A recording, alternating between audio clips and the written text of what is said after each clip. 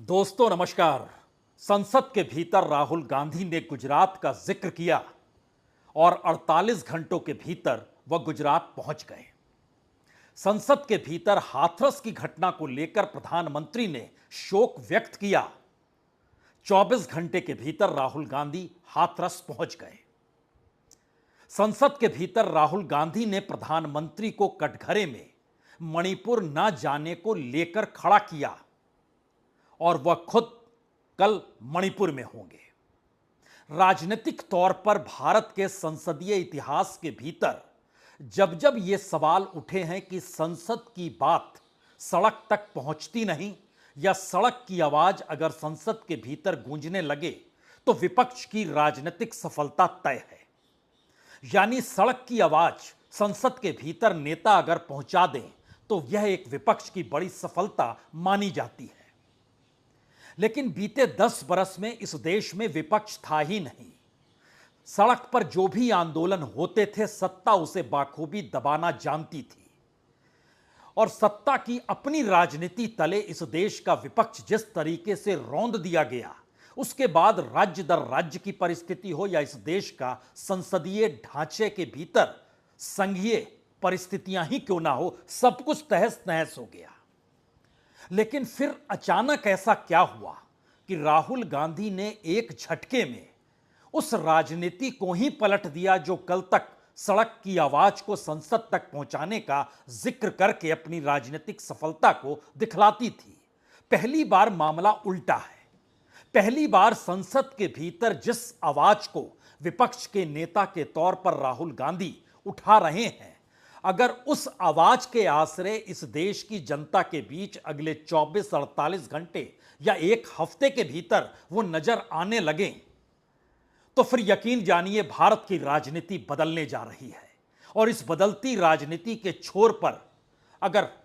प्रधानमंत्री मोदी के बीते 10 बरस की सियासत खड़ी है तो दूसरी तरफ इसके सामने अगुवाई करते हुए राहुल गांधी दिखाई दे रहे हैं।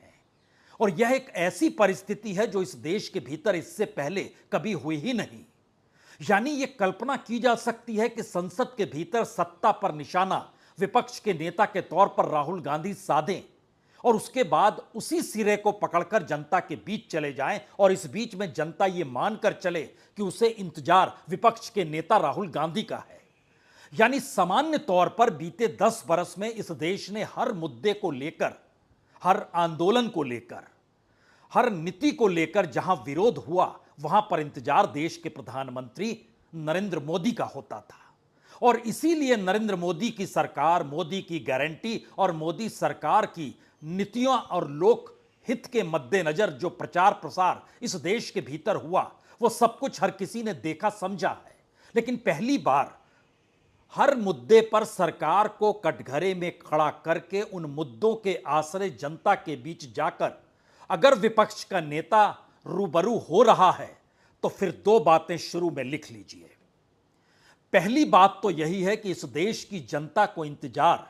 अब प्रधानमंत्री मोदी के आने का नहीं होगा, उसे इंतजार राहुल गांधी के आने का होगा। और दूसरी बड़ी बात, जो कांग्रेस अभी तक जिस खाके में बंधी हुई थी, जिस ढांचे में वह अपनी राजनीति को साध रही थी, जिन नेताओं का बड़बोलापन, उनका अपना अहंकार, उनकी अपनी पूंजी, उनकी अपनी राजनीति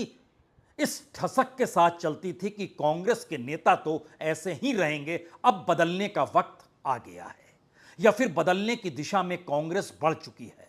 और जो नहीं बढ़ेगा उसे हाशिए पर जाना होगा। यह संदेश खुले तौर पर राहुल गांधी देने की स्थिति में गुजरात में आ गए। लेकिन सवाल पहली बार उससे आगे का है और यह सवाल इसलिए कहीं ज्यादा मौजूद है क्योंकि भारत की राजनीति में जाति की राजनीति हो या धर्म के आश्रय वोटों के ध्रुवीकरण की सोच हो, इन दोनों परिस्थितियों का जिक्र इस देश के भीतर अलग अलग वक्त में अलग अलग महापुरुषों ने किया, अलग अलग नेताओं ने किया। और उन तमाम चीजों का समावेश पहली बार ऐसा लगने लगा कि जब अमृतकाल का नारा प्रधानमंत्री मोदी दे रहे हैं, इस देश की जनता के भीतर यह सवाल है कि क्या वाकई अमृतकाल की परिस्थितियां इस देश के साथ है या उनकी अपनी त्रासदी जीवन की। उसको अब राजनीति को उठाना होगा, तभी इस देश में राजनीति बदल सकती है और सत्ता बदल सकती है। यानी सत्ता को बदलने के लिए राजनीति को बदलने की जरूरत पहली बार आन पड़ी है, और उसमें एक सिरा अगर जनता के हाथ में है तो दूसरा सिरा राहुल गांधी अब पकड़ना चाह रहे हैं। इसीलिए यह कोई आसान बात नहीं है कि एक झटके में मजदूरों के बीच रहना, एक झटके में हाथरस के त्रासदियों के बीच जाकर खड़े हो जाना, और इन सब के बीच राज्य के मुख्यमंत्री को पत्र लिखकर यह एहसास कराना कि आप उन पीड़ितों से नहीं मिले, हम मिले हैं, और हम समझ रहे हैं कि उसके लिए शब्द काफी नहीं है, क्योंकि आपके राज्य का बेसिक इंफ्रास्ट्रक्चर धराशायी है, आपको मुआवजा ज्यादा बढ़ाकर देना चाहिए। यानी सामान्य तौर पर इस देश ने सत्ता के मीडिया के जरिए जो विपक्ष को खारिज किया, राहुल गांधी को खारिज किया, और जिन सवालों को मेन स्ट्रीम मीडिया को पूछना चाहिए, कल तक उस मीडिया को दरकिनार करके भारत जोड़ो यात्रा के साथ अपने राजनीतिक व्यवहार को बदलने की परिस्थिति के साथ पहली बार राहुल गांधी उन सवालों को उठा रहे हैं जो इस देश के संस्थानों के भीतर से निकलनी थी, चौथे स्तंभ के तौर पर मीडिया के भीतर से निकलनी थी, और अब उनके साथ विपक्ष के नेता का तमगा भी है। यानी विपक्ष का नेता अगर संसद के भीतर सड़क की आवाज को उठाने लगे और उसी अंदाज में अपनी बात को कहने लगे, तो सड़क की धड़कनें बढ़ जाती हैं कि उनकी बातों को जगह न सिर्फ संसद के भीतर मिल चुकी है, बल्कि संसद के भीतर की आवाज के बाद अब वो सीधे तौर पर जनता के बीच जाएंगे। इसीलिए ध्यान दीजिए, कल वो असम के बाढ़ पीड़ितों के बीच भी होंगे, कल वो मणिपुर के भीतर भी होंगे, परसों वो रायबरेली में भी होंगे, आने वाले वक्त में महाराष्ट्र को, और वह भी पंढरपुर में नजर आएंगे वो। यानी इस बदलते समाज की जरूरतों की राजनीति के मद्देनजर अपनी राजनीति को बदलकर जनता की व्यवस्था के साथ जुड़ने का जो अनूठा प्रयास इस दौर में शुरू हुआ है, वह सिर्फ एक संकेत है। और यह संकेत इसलिए है क्योंकि सामने देश के प्रधानमंत्री को चुनौती देते हुए विपक्ष के नेता के तौर पर राहुल गांधी है। क्या यह कल्पना कोई कर सकता है जिस लिहाज से 2002 के गुजरात दंगों के बाद गुजरात में जो पंचायत स्तर पर, जिला स्तर पर और इन सब के बीच तमाम जगहों पर जो भी चुनाव हुए, कहीं भी कांग्रेस नहीं है, लेकिन गुजरात के 22 जिलों में कांग्रेस का संगठन है, उसके ऑफिसेज हैं, किसी दूसरी पॉलिटिकल पार्टी के नहीं है, कांग्रेस के मौजूद हैं। लेकिन कोई भी चुनाव हो, किसी भी शहर का किसी भी रूप में चुनाव हो, जीत बीजेपी को मिलती रही है। और पहली बार इस चुनौती को पार्लियामेंट के भीतर देकर राहुल गांधी ने कहा और संकेत दिया कि हम अब आपको गुजरात की सत्ता से बेदखल कर देंगे। यह कोई फिल्मी डायलॉग नहीं है, क्योंकि इसके साथ जिन बातों का जिक्र हो रहा है वो भारत की राजनीति में सत्ता को खलनायकी के तौर पर खड़ा कर रही है। राजनीति के पारंपरिक परिवेश के भीतर एक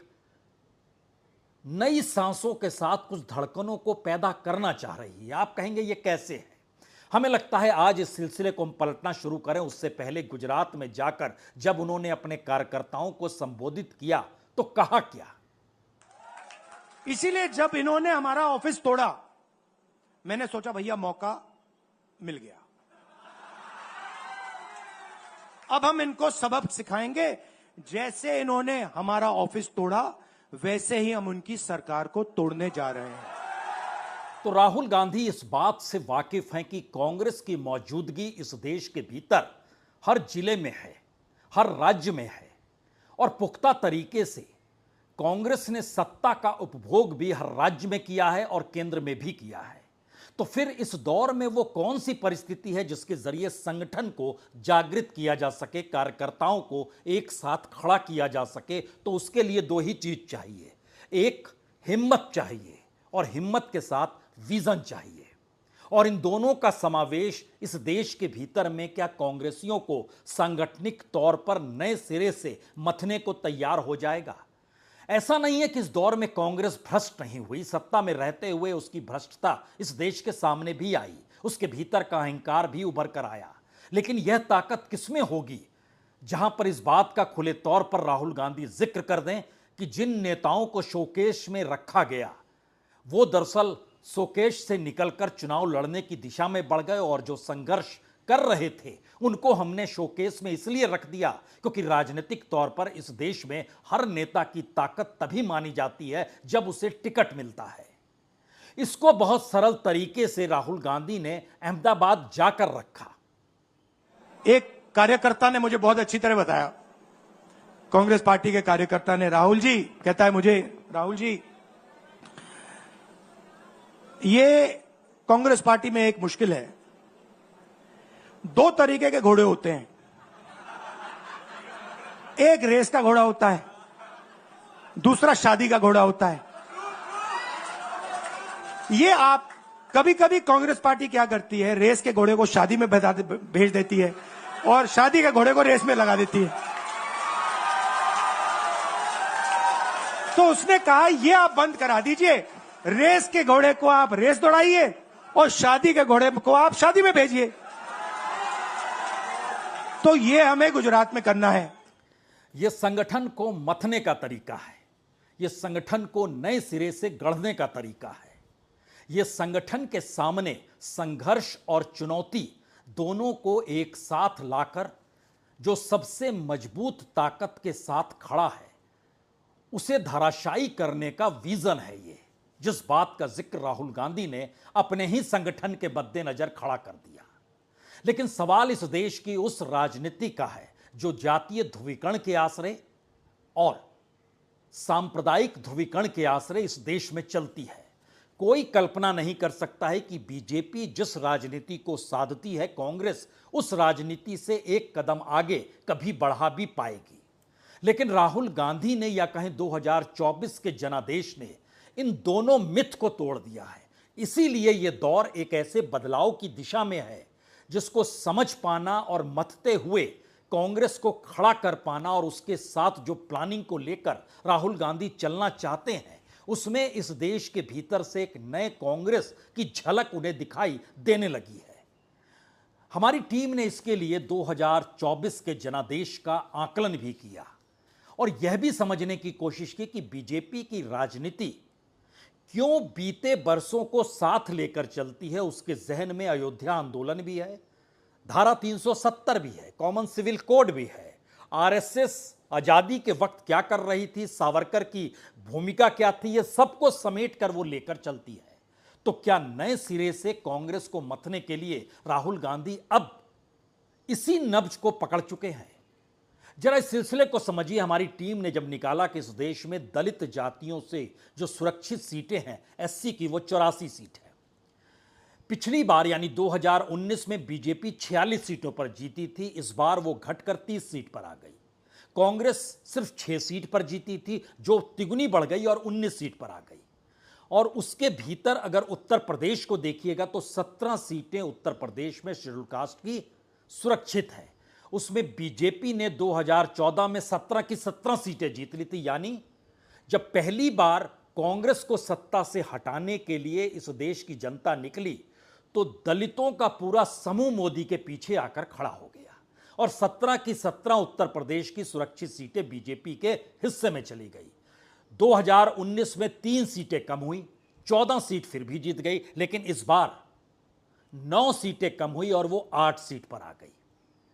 और समाजवादी पार्टी ने 7 सीटें जीती, कांग्रेस ने 1 सीट जीती, नगीना की एकमात्र सीट चंद्रशेखर रावण ने जीती। लेकिन उसके बाद का सवाल यह है कि किसी भी हालत में दलित समाज समाजवादी पार्टी के साथ इससे पहले कभी खड़ा नहीं हुआ। तब भी नहीं खड़ा हुआ जब मायावती समाजवादी पार्टी के साथ थी। लेकिन समाजवादी पार्टी और कांग्रेस का गठबंधन और कांग्रेस के नेता राहुल गांधी, उनके पीछे इस देश की राजनीतिक समझ को न्याय यात्रा और भारत जोड़ो यात्रा के जरिए नए सिरे से परिभाषित करते हुए मोदी सत्ता के खिलाफ उस राजनीतिक जमीन को बनाने की पूरी संघर्ष यात्रा, इसने कमाल कुछ ऐसा किया कि पहली बार दलित समाज, जो मायावती के दौर में भी समाजवादी पार्टी के हिस्से में नहीं गया, क्योंकि पिछले चुनाव में मायावती 10 सीट जीती थी और समाजवादी पार्टी 5 सीट जीती थी। मायावती के वोट ट्रांसफर समाजवादी पार्टी में नहीं हुए थे, इसीलिए अखिलेश यादव ने कहा था अब दोबारा गठबंधन नहीं करेंगे। लेकिन मायावती को राजनीतिक तौर पर अगर बीजेपी ने सौदेबाजी के तहत या डराकर जैसे भी हाशिए पर किया, उसका असर पहली बार यह हुआ कि अगर ध्यान दीजिए, जो नन जाटव वोट है दलितों के भीतर में, यानी जाटव माइनस दलित को लीजिएगा तो 56% वो इंडिया के हिस्से में गया, और जाटव वोट भी 25% इंडिया के हिस्से में आ गया। और इसमें एक बड़ी भूमिका यहां पर अयोध्या के जरिए भी समझने की है, क्योंकि अयोध्या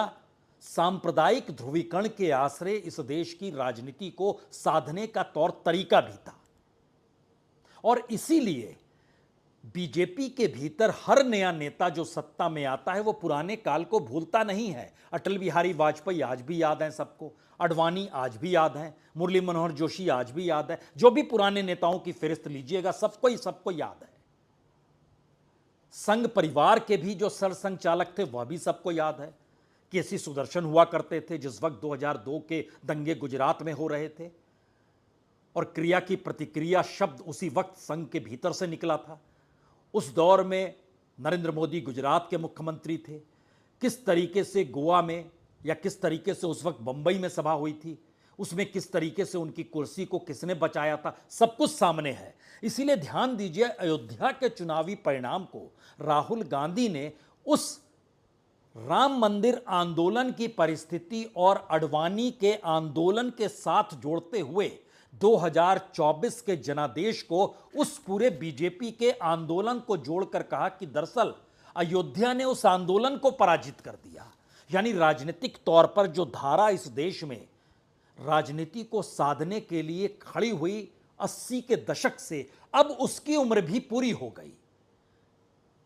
यानी आप अतीत की राजनीति अब नहीं कर सकते हैं, आपको भविष्य की राजनीति को साधना होगा। यह संदेश खुले तौर पर राहुल गांधी ने अहमदाबाद में जाकर इसलिए दिया क्योंकि वो जानते हैं कि वह भी एक हिंदुत्व की प्रयोगशाला के तौर पर बनाया गया है, और अयोध्या और राम मंदिर तो इस प्रयोगशाला के कहीं ना कहीं बीच में आकर खड़े हैं, और इसी के जरिए सब कुछ मता गया। इसीलिए वो तस्वीर बार बार रेंगती है जब रथ यात्रा पे अडवाणी के साथ एक तरफ उस वक्त गुजरात के मुख्यमंत्री नरेंद्र मोदी उस दौर में नहीं थे, लेकिन वह प्रचारक के तौर पर और बीजेपी में शामिल होने के बाद उस तस्वीर को भी वो बार बार दिखाते हैं कि उस आंदोलन में हम भी शामिल थे। तो उस पूरे आंदोलन यानी अतीत की जड़ों को आप काट कर बीजेपी के सामने एक नई चुनौती, उस नई राजनीति की रख रहे हैं, जिसको लेकर बीजेपी में अभी ट्रेनिंग हुई ही नहीं है। इसीलिए अहमदाबाद के ये शब्द बड़े महत्वपूर्ण हैं, क्योंकि जो मूवमेंट अडवाणी जी ने चालू की थी, उस मूवमेंट को जिसका सेंटर अयोध्या था, उस मूवमेंट को इंडिया गठबंधन ने अयोध्या में हरा दिया है। दरअसल राहुल गांधी अब इस बात को समझ चुके हैं कि इस देश के भीतर में भविष्य की राजनीति को साधने के लिए बिल्कुल नए मुद्दों के आश्रय और मुद्दों को लेकर संघर्ष के नए रास्तों को बनाना ही होगा। और उम्र के लिहाज से बीजेपी की तुलना में कांग्रेस अभी ज्यादा युवा है, संसद के भीतर भी और संसद के बाहर भी। राज्यों में अपने तौर पर मुख्यमंत्री चाहे युवाओं को लेकर आए हों या नए चेहरे के तौर पर नरेंद्र मोदी इस दौर में लेकर आए हों, लेकिन बीजेपी के भीतर भी यह सवाल है कि राजनीति करते हुए सत्ता प्राप्त करना शायद उस संसदीय राजनीति का ध्येय होता है जिस ध्येय को प्रधानमंत्री मोदी ने पूरी सत्ता को अपने हाथ में लेकर बीजेपी के भीतर से इस संघर्ष को भी एक झटके में खत्म कर दिया।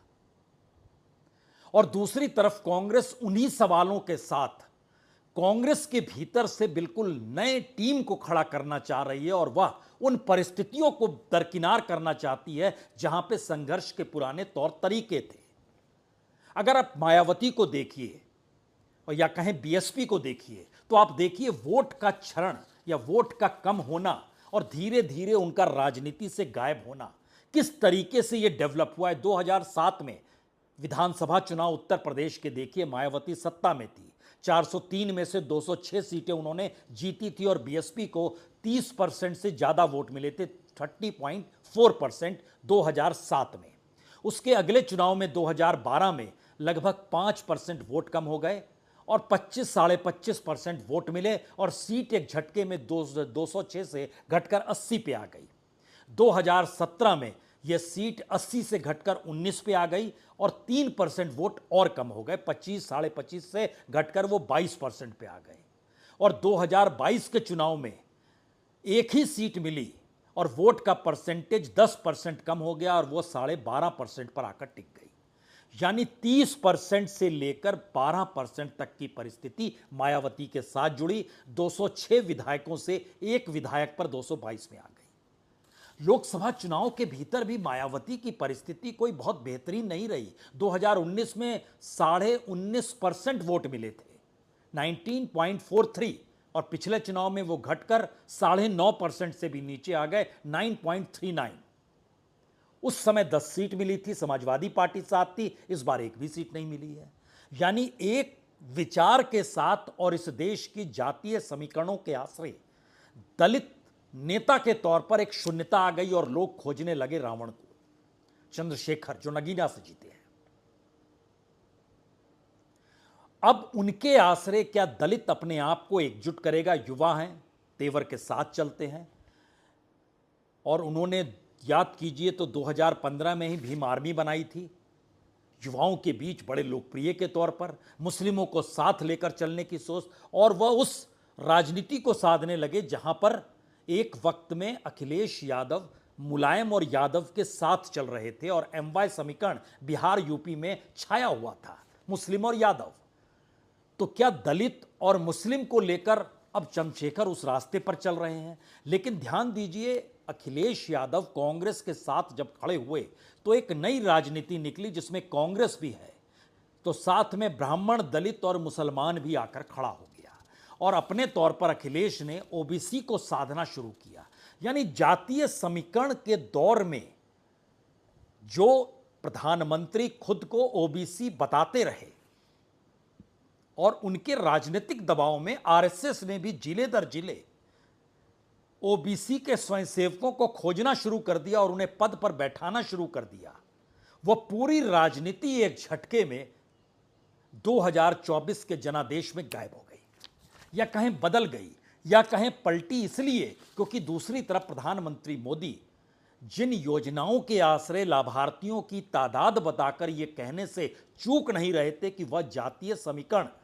या सांप्रदायिक ध्रुवीकरण के आश्रय नहीं चल रहे हैं, वह तो हर किसी के लिए अपनी योजनाओं को सामने रखते हैं, लेकिन बावजूद इसके वह पूरी राजनीति धराशायी हो गई।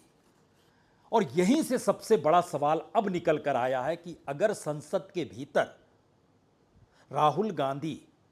जनता की भाषा जो सड़क पर बोली जा रही है उस अंदाज में सरकार को चिताते हुए, चुनौती देते हुए संसद से निकलकर सड़क पर जाते हैं, तो जनता इंतजार करती है कि विपक्ष का कौन सा नेता है जो आने वाला है। इसीलिए राहुल गांधी की प्लानिंग को अगर आप समझिए तो सवाल सिर्फ यह नहीं है कि सड़क की आवाज संसद के भीतर गूंज रही है उसी अंदाज में। सवाल यह है कि जो बीजेपी शासित राज्य हैं उनसे सवाल करेगा कौन? उत्तर प्रदेश में हाथरस को लेकर योगी आदित्यनाथ को सीधे पत्र तो लिख दिया, अब नंबर महाराष्ट्र का है, उसके बाद नंबर हरियाणा का आएगा, उसके बाद आदिवासियों के सवालों को लेकर झारखंड के भीतर उनकी मौजूदगी नजर आएगी, जहां पर यह भी सवाल उठेगा कि किसी भी आदिवासी को बर्दाश्त कर पाने की स्थिति में क्यों सरकार नहीं है। और ध्यान दीजिए, इस पूरी प्रक्रिया के भीतर में जो बजट सत्र भी शुरू होगा उस वक्त भी विपक्ष के नेता के तौर पर राहुल गांधी इस देश के दलितों को लेकर, आदिवासियों को लेकर, मुसलमान यानी माइनॉरिटीज को लेकर और पिछड़ा तबका यानी ओबीसी को लेकर भी, और आर्थिक तौर पर जो पिछड़ा और गरीब तबका है उसके सवालों को भी इस बजट सत्र में वह उठाएंगे। और इतना ही नहीं, जो बजट की पूरी प्रक्रिया है, विपक्ष के नेता के तौर पर अब इस देश की अर्थव्यवस्था उन लोगों से जुड़े जिन लोगों को लगातार हाशिए पर ढकेला गया और यह कहा गया कि कॉरपोरेट के आश्रय ही यह देश चल सकता है, अन्यथा पैसा आएगा कहां से, इसको नए तरीके से परिभाषित करते हुए जो जनता के भीतर सवाल है कि हमें रोजगार दीजिए, हमें मुफ्त का खाना मत दीजिए, रोजगार दीजिए, और इस दौर में खास तौर से डिग्री हाथ में लिया हुआ युवा सरकार के बोलने पर निर्भर हो जाए और उसकी अपनी डिग्री कोई मायने ना रखे, यानी एजुकेशन सेक्टर को पूरे तरीके से बदलिए। जो आपकी न्यू एजुकेशन पॉलिसी है वो तो पैसे वालों के लिए है। इस देश में मेडिकल का इंफ्रास्ट्रक्चर कितना चकनाचूर है यह तो हाथरस के बाद और वहां के अस्पताल के जरिए नजर आ गया। यानी अभी तक जो भी सवाल इस देश की सामाजिक आर्थिक परिस्थितियों से जुड़े हुए थे और उन सवालों को कोई तरजीह पार्लियामेंट के भीतर यह कहकर नहीं मिल रही थी कि देखिए रिफॉर्म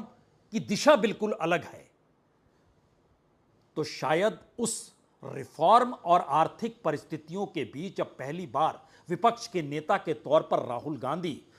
खुद को इस लहजे में खड़ा करना चाहते हैं जो राजनीतिक परिणामों को बदल सके। इसीलिए आवाज पहले संसद से निकलेगी और उसके बाद लोगों के साथ संवाद होगा।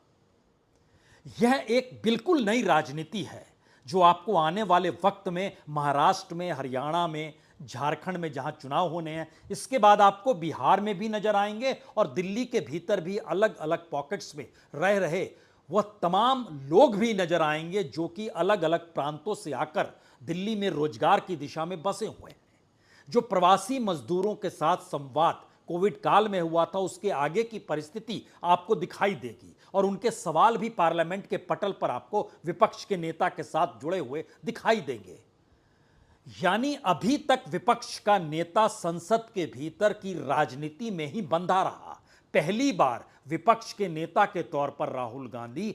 उसी कवच को हटाना चाहते हैं, उस दायरे को तोड़ना चाहते हैं। एक नया राजनीतिक विस्तार इस देश के अलग अलग राज्यों से राजनीतिक परिस्थितियों के साथ पार्लियामेंट को जोड़कर पार्लियामेंट की राजनीति को बदलने की दिशा में भी ले जाना चाहते हैं और इसकी काट बीजेपी के पास इस वक्त नहीं है,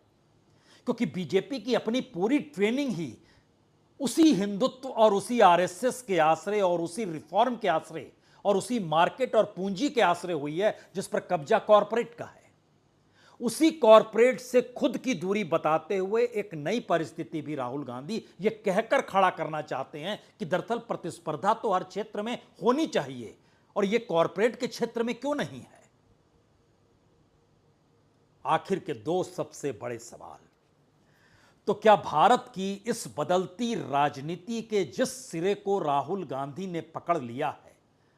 अब उसको पकड़ पाने की स्थिति में बीजेपी, नरेंद्र मोदी या आरएसएस नहीं है। और दूसरा सवाल, अगर जनता को यह महसूस हो गया कि संसद की महत्ता और उसके केंद्र में राहुल गांधी की आवाज ही है,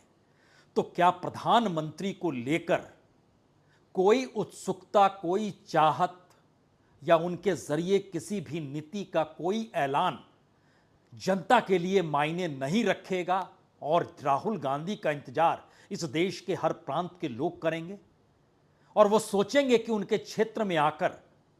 राहुल गांधी और कांग्रेस की पूरी राजनीति उन मुद्दों को शिद्दत के साथ उठाए और संसद के जरिए उनके अनुकूल नीतियां भी पास हो और पार्लियामेंट्री कमेटीज जो अलग अलग बनी है जिसमें कांग्रेस के तमाम सांसदों की भी मौजूदगी और विपक्ष के भी और इंडिया गठबंधन से जुड़े तमाम राजनीतिक दलों की भी है, तो वहां से भी जो नीतियां पास हों अब वह पूरे तरीके से उसी समाज से जुड़ी हो जिसकी गिनती करने से मौजूदा सत्ता घबरा रही है, कतरा रही है। वह ओबीसी है, वो दलित है, वो आदिवासी है, वो पिछड़ा है, वो मुसलमान है। भारत की इस बदलती राजनीति की धड़कनों को आप सुनना शुरू कर दीजिए। हर दिन राहुल गांधी जान चुके हैं उनकी स्ट्रेंथ तभी बढ़ती चली जाएगी जब हर प्रांत में उनकी मौजूदगी होगी और संसद के भीतर वह विपक्ष के नेता तभी होंगे जब सही मायने में इस देश के भीतर जो सामाजिक, आर्थिक, राजनीतिक परिस्थितियां बीते 10 बरस से चली आ रही थी उसके विकल्प के तौर पर एक नए विजन के साथ वो जब तक आएंगे नहीं और यही सफर शुरू हो चला है। बहुत बहुत शुक्रिया, बहुत बहुत शुक्रिया।